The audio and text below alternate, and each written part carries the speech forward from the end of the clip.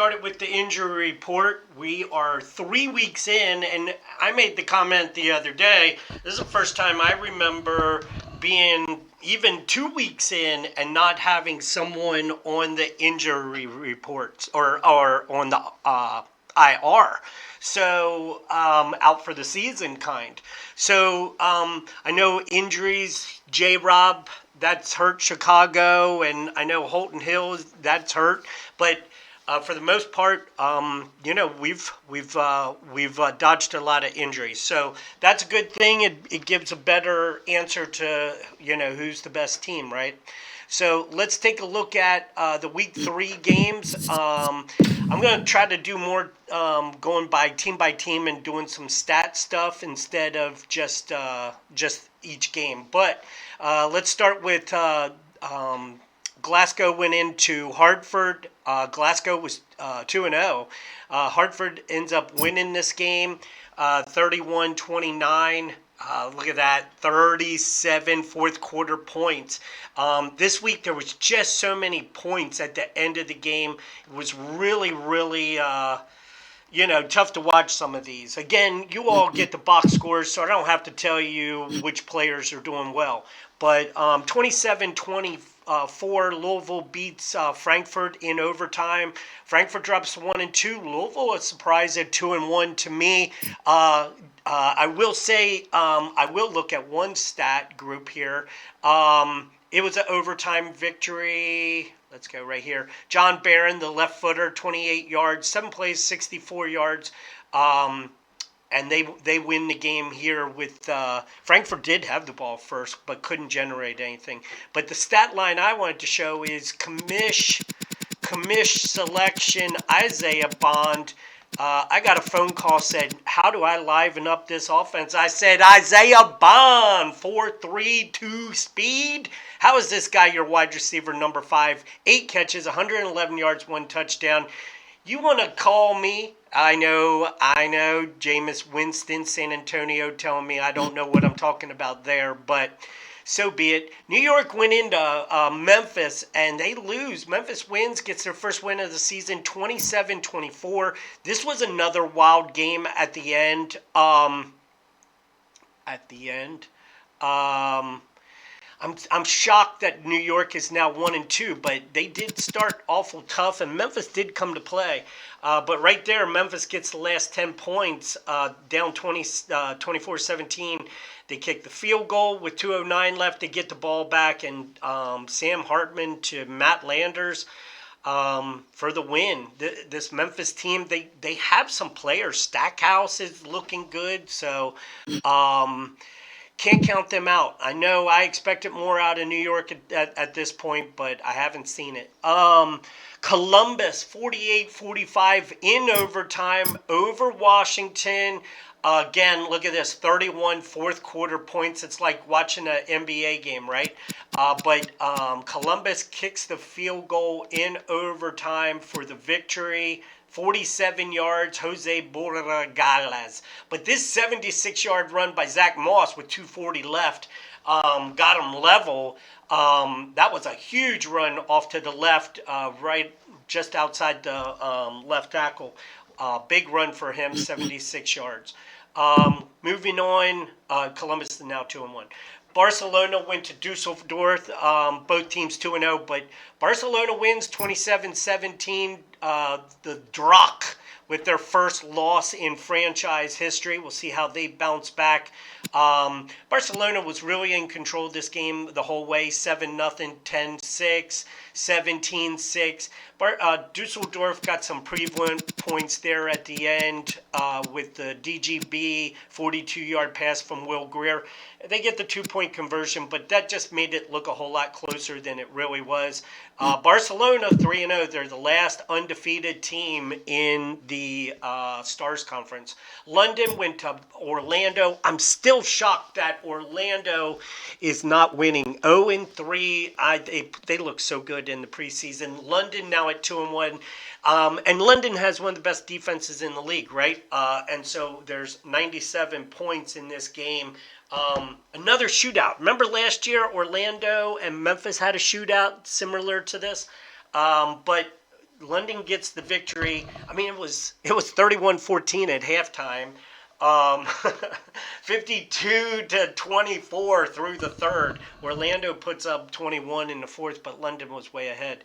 Um, they look good as a reigning champ. We'll see how they progress as the season goes. Dublin went to Birmingham. Birmingham just can't put anything together. Here's another disappointment. Orlando and Birmingham, both teams 0-3. I thought they would be contending for a playoff spot in the Stars Conference. Dublin wins 41-23. They're now 2-1. They were up 34-7 at halftime, and you never know, right? I mean, no lead is safe in the AFA with the defensive players we have, but they end up getting the victory. Jeff Chaney's got them off to a 2-1 start. Salt Lake City went to Sacramento. Fournette got hurt in this game, didn't play a whole lot, but Bagent really couldn't move the ball. This Sacramento corners, Xavier Howard and Cameron Kelly, they're both healthy, and they shut down James Washington and Tamarin Terry, and that was the big difference. And then on the flip side, Chase Claypool and DJ Shark for the Owls, they couldn't be stopped. On this Sacramento team, I wasn't wrong about them when I said I was expecting them to have a big season. 2-1, Salt Lake City 2-1, kind of what where I envisioned them as well. So two teams probably on a likely path for the postseason. We'll keep an eye on both for the Stripes Conference. San Antonio went to Tulsa. This seemed like a trap game. I thought Tulsa might have a shot in here, but San Antonio gets a victory 34-17, up 17-3 at halftime. Never in doubt after that. Tulsa drops to 1-2. San Antonio Scorpions now 2-1. Portland went over to Calgary, and they get the win in overtime. And is this the second straight week?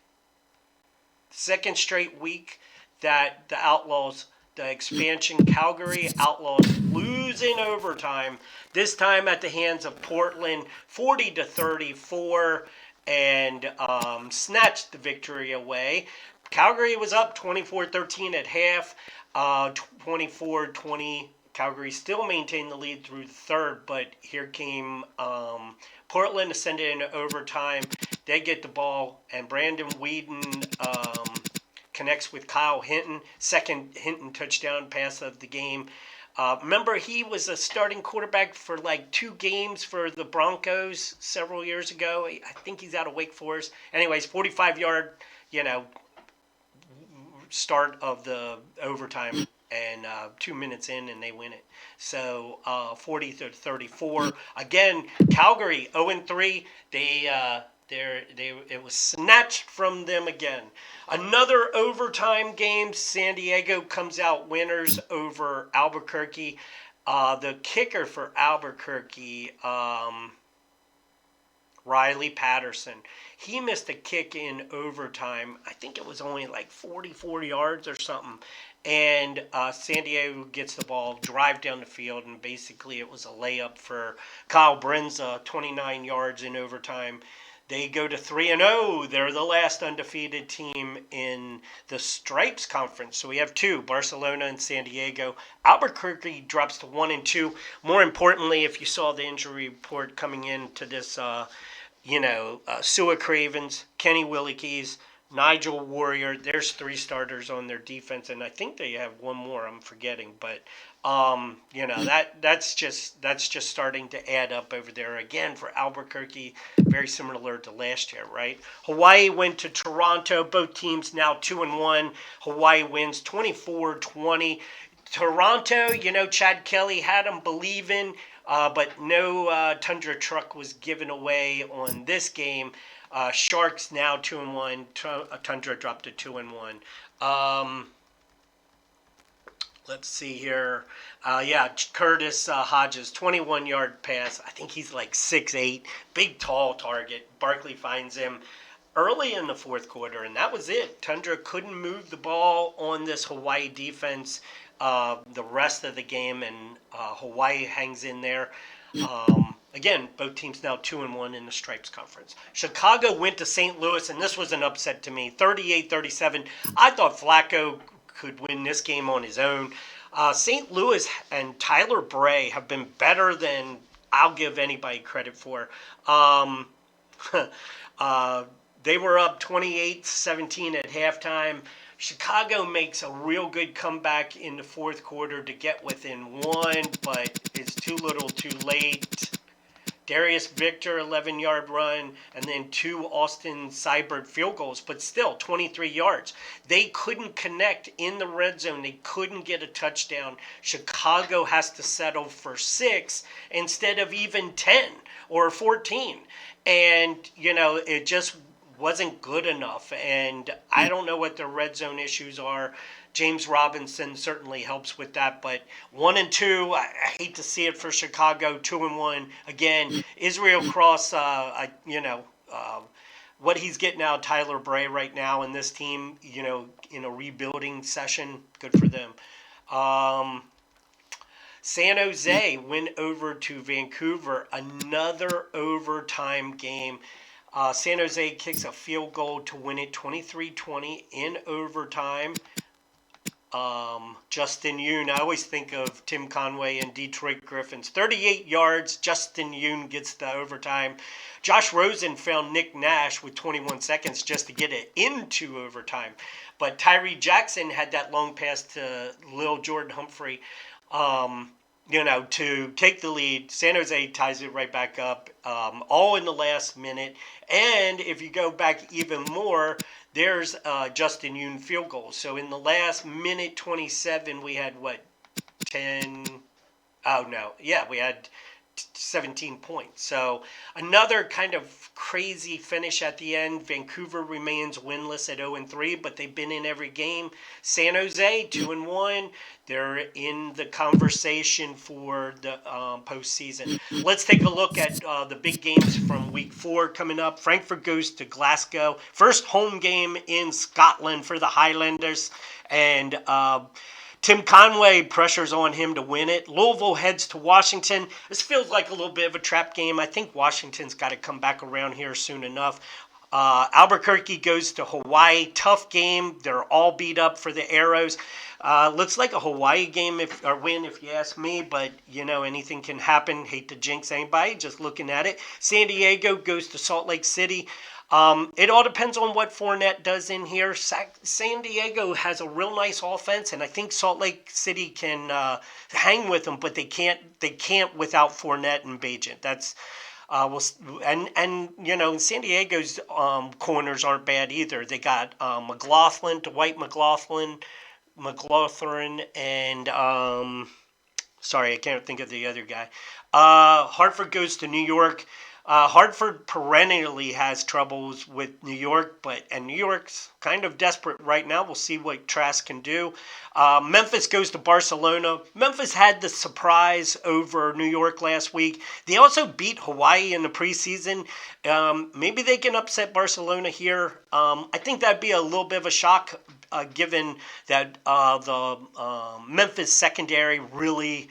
They give up a lot of points. I think Barcelona can go track meet and beat them in that game. San Antonio goes to Portland.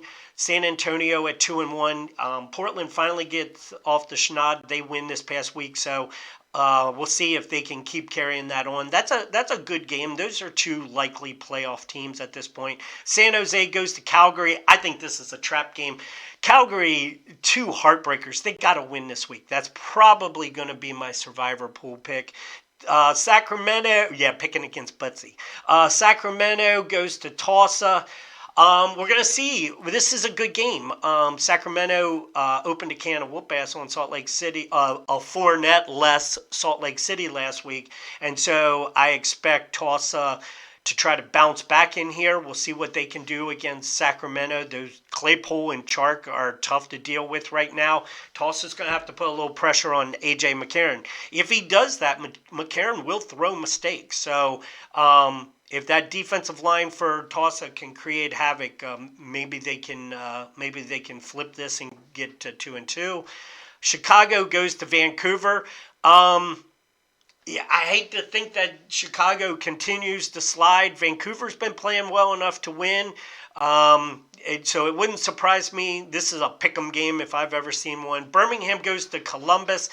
We'll hear all week how I always lose to Birmingham, trying to reverse jinx himself. Tyler Prince, we'll see how that plays out. But Columbus, they look good right now. Only one injury, Last year they had a bunch of injuries. Birmingham is due, though. That team, I just can't believe they're 0-3. So that could be. I wouldn't pick against. I wouldn't pick against Birmingham in here unless I had to. Dublin at London, classic European division matchup here for the Stars. Both teams at 2-1. Depending on what happens with the Barcelona-Memphis game, whoever wins in here could be tied for first place. Dusseldorf heads to Toronto to play the Tundra. I think that's going to be a very interesting game coming off of that loss to Barcelona. Tundra, Chad Kelly. We'll see. Who's the best of the expansion teams through the first quarter of this 2025 AFA season. Orlando heads to St. Louis. St. Louis might have got lucky last week. Maybe Desmond Redder finally gets his team off the winless streak. And that's look at week 4. I wanted to take a look at, instead of just our league leaders, because you've already seen those, I wanted to kind of let's take a look at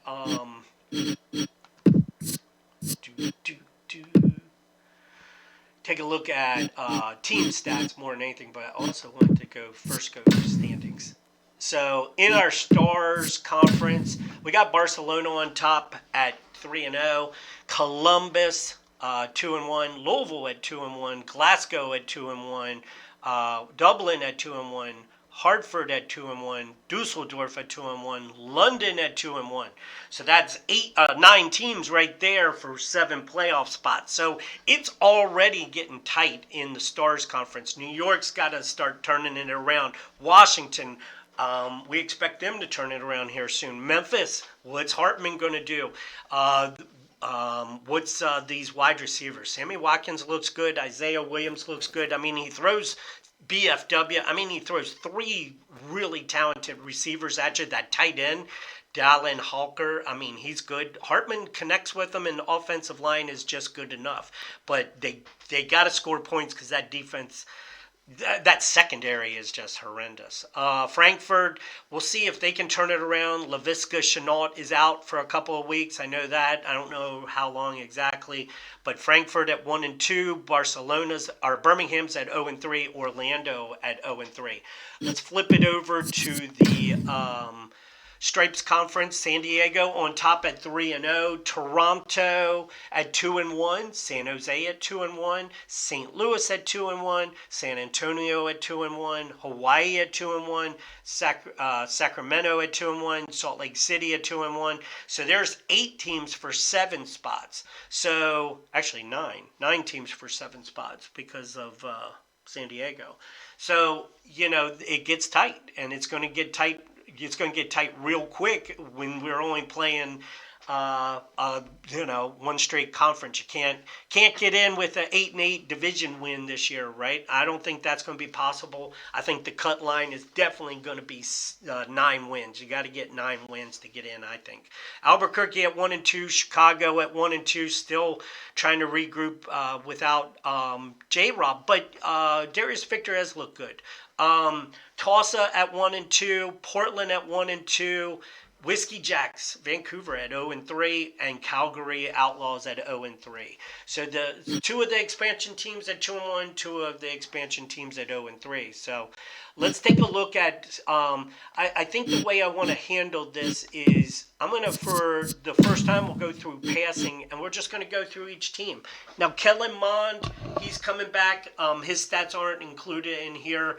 C.J. Beathard had actually taken the job from him before Mond got hurt. So I think you have to figure Beathard's got the job until he gives it away. Mike White, 11 touchdowns. I believe that's your league leader. He's looking real good in here. Kyle McCord, 6 touchdowns, 5 interceptions, first pick in the draft, almost 60%. They haven't figured out what to do with the running game. The running game it hasn't been bad. In fact, I think it's overachieved. But the running game's got to pull the passing game out. Portland, Brandon Wheaton having a good season, 7 touchdowns, 4 interceptions, almost 1,000 yards through 3 games. So, he's been lighting it up. Carson Strong, 7 picks to 4 touchdowns, 606. Low QBR here, 57%. Completion percentage. So he's been struggling. And, we weren't expecting that with that offensive line rebuild. We thought it was going to be Carson Strong's year. It might be time to turn to Tommy DeVito there. Blake Bortles hasn't been great. 3 touchdowns, 6 picks, and they're 3-0. Jacob Eason, he came in and his QBR is 39.6. So, it's not the passing. It's the running the ball. If you want to beat Barcelona, you're going to have to stop Myles Gaskin. And we'll do the same to San Diego here in a minute. But Myles Gaskin, 4.9 yards a carry, 4 touchdowns, no fumbles. And how many? 3 20-yard runs. So, that's where the Bulls are winning right now. It's defense and on the ground. Bajan, 81.9. I expect a whole lot more out of him. 7 touchdowns, 4 interceptions, 52%. They got to be better than that. San Diego, Bailey Zappi and Fromm, both guys have been kind of back and forth. Zappi in the preseason, and then Zappi won the job and hasn't turned back. 9 touchdowns, 1 interception. Fromm came in and went 1-1 in like a brief relief spot. But they're 3-0. How do we stop them? Is it passing? 9 touchdowns, 1 interception. It looks like it's going to be passing to me. Rushing, Cam Akers is tough, 3.8, but he's fumbled twice. They don't have a rushing touchdown. Keaton Mitchell, 4.7 yards. Benny Snell Jr., 9 yards a carry. So they're really winning on defense. They gave up, 17 last week. Let's see if we can see that real quick, and then we'll come back to the Corsairs. Schedule.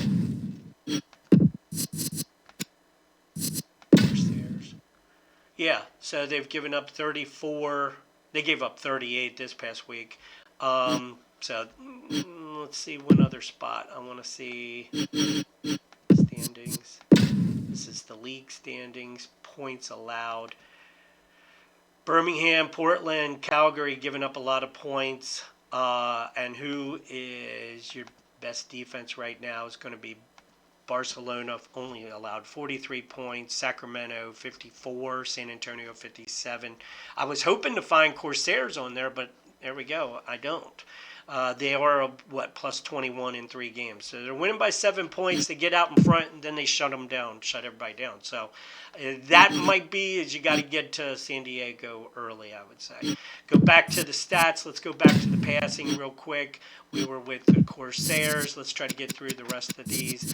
Demons, Flacco, not terrible, but not winning. He's just not winning games. And I don't know where they go from here. Weineke is a beast, and he's having a great season, and Butler's having a good season. Will Greer's been very, very solid. Look at this. 3 touchdowns, 1 interception, 59%. They're 2-1. What's that tell you? It tells you that he had a great start, had a great preseason, but you know what? Reality might be catching up with this Dusseldorf team. Wouldn't surprise me after we get by Toronto. One of those 2 teams is going to move forward, and one of them I think is going to take a step back. So let's see who wins this game this week, and we'll start keep an eye on that. Carson Wentz, 7 touchdowns, 6 interceptions, 1,279 yards. He had that one, 800-yard game, 700-yard game, whatever it was. So he's been tough to stop. Josh Rosen, 5-5, completing 60% of his pass. They win on defense as well, and running the ball. They're just timely, right? And they haven't really played anybody yet either. Ritter, 8 touchdowns, 2 interceptions. He's over 1,000 yards, 60%, and they're 0-3. I don't understand that. Hartford, Heineke's having a real nice season, keeping the ball, 5 touchdowns, 2 interceptions, 58%. Like to see him step it up a little bit from there. Glasgow, Jeff Matthews has been the starter, 7 touchdowns, no interceptions, 62%, and they're 2-1. That's how you win games. Don't turn it over.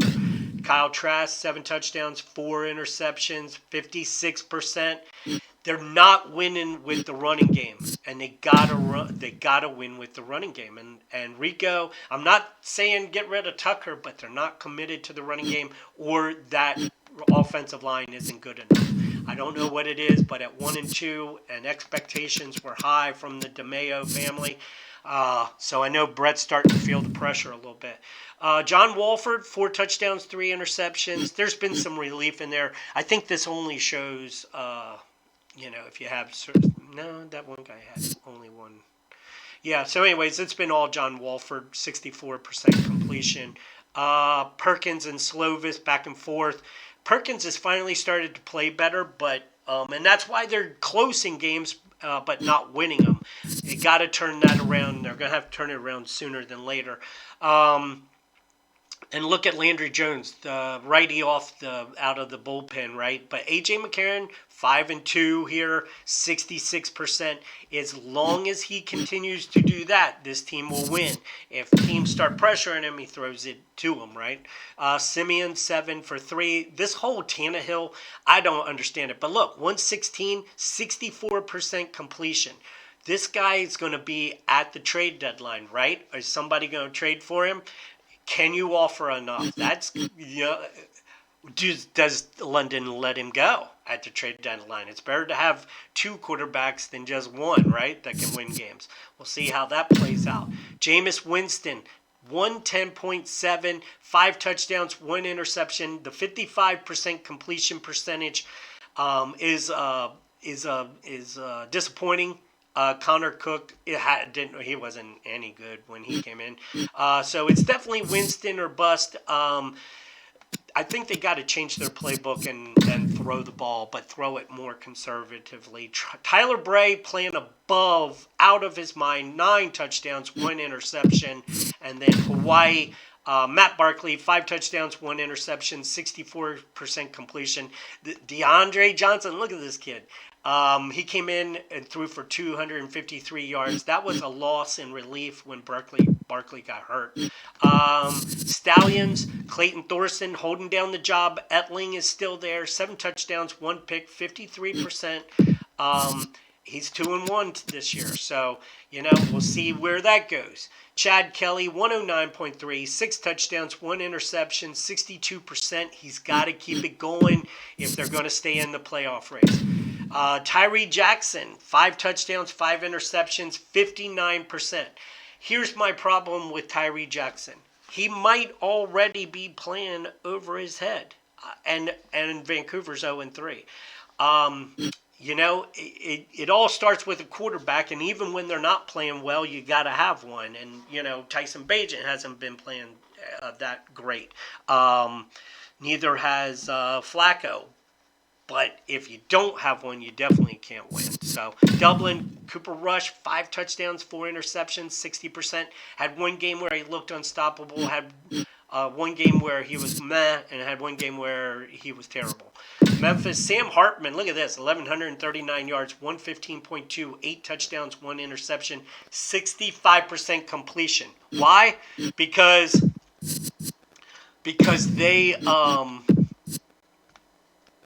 they have those receivers, and Sam Hartman, all he has to do, he's got 4 awesome targets every time he drops back. Your defensive leaders, we'll take a look at that. Jackson Sermon and Jack Sanborn, each with 30 tackles. Trey Lamar's got 29. Look, he's got 5 TFLs. Frankfurt got rid of him because he never had enough TFLs, and now he's right there in the league leader category. Casey Toohill from London with 6 TFLs. Aubrey Miller, the second out of San Antonio, with 5. Mackay Baskerville with 4. Jalen Holmes, they both play for the Americans. Sack leader right now is going to be Jalen Holmes with 3 and Clellan Farrell with 3. Christian Rector had a big week there for St. Louis. He's got 3. Charles Snowden for the Arrows has 3. Corbin Kafusi has 3. T. Scales has got 3. Moving on to interceptions right now, it's Vincent Gray with 4. Grady Williams has got 3. Stanford Samuels has 3. Mackay Baskerville had 2 this past week. So that is your look at week 3, the week 3 wrap up. Hope that answered a lot of questions as we start moving forward here. And good luck to everybody in week 4. Week 5, we start buys. Chicago, Vancouver, Tulsa, Sacramento, all will have buys in week 5. So this is the last week before the stretch of buys coming up. So good luck to everybody. Take care.